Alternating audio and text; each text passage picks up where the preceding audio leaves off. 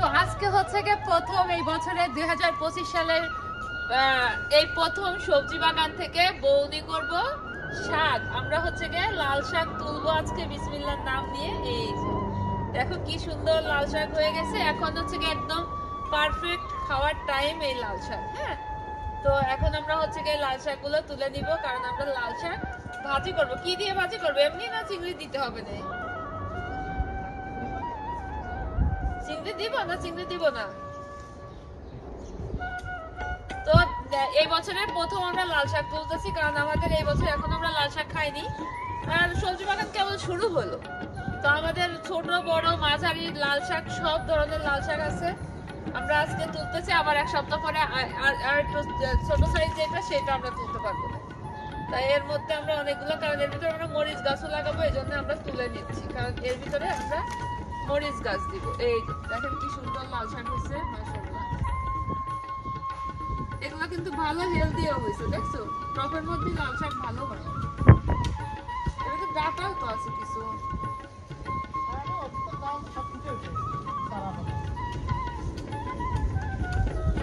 না, তুমি মাঝখানে লাগাই তো, পরে তুলে ফেলবো না, আর 2-4 দিন যাক। বেশি ছোট তো তুলে তো লাভ।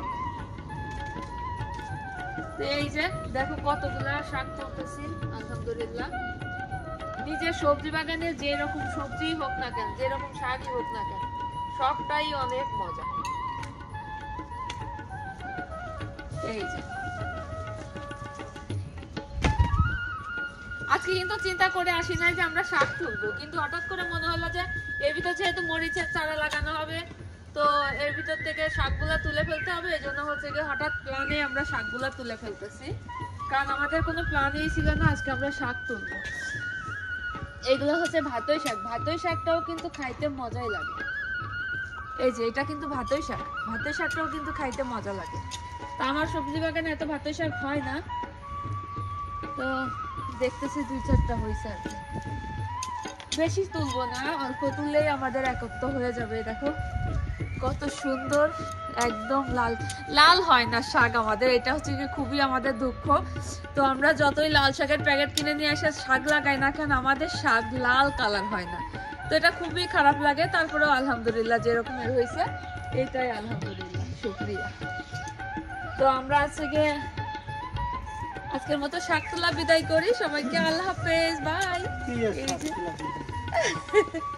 নিজের বাগানে যে কোনো সবজি হোক না কেন এবং যেমনই হোক না কেন, একদম ফ্রেশ অর্গানিক হয়। সব থেকে বড় কথা এটা, কোনো সার ওষুধ ছাড়া যে রকমেরই হয়, সেটাই হচ্ছে গিয়ে অনেক মজার সবজি হয়, অনেক হেলদিও হয়। আমি সবাইকে বলি, বাংলাদেশে যারা আছে, বিদেশের বাড়িতে আর যারা আছে, যাদেরই একটু বাড়ির আঙিনায় উঠানে জায়গা আছে, তাদেরকেই আমি বলি, সবাই আপনারা এভাবে করে সবজি লাগাবেন এবং নিজেরা চাষ করে নিজেদের লাগানো সবজি খাবেন। এটা যেমন ফ্রেশ পাচ্ছেন, তেমন হচ্ছে আপনার টাকাও সেভ হচ্ছে। কারণ বাইরে যে দাম দিয়ে কিনে খেতে হয়, নিজেরা করে খাইলে কিন্তু কত সহজে খাইতে পারি। আমার শাকবাজি আজকের মতো রেডি। দেখেন চিংড়ি মাছ দিয়ে শাকবাজি করছি, ইয়ামি ইয়ামি করে। এখন শাকবাজি দিয়ে রুটি খাবো। সবাই ভালো থাকবেন, সুস্থ থাকবেন, আর আমার ভিডিওটা ভালো লাগলে শেয়ার করবেন। আপনারাও আমার মতো সবজি বাগান করবেন। আল্লাহ হাফেজ।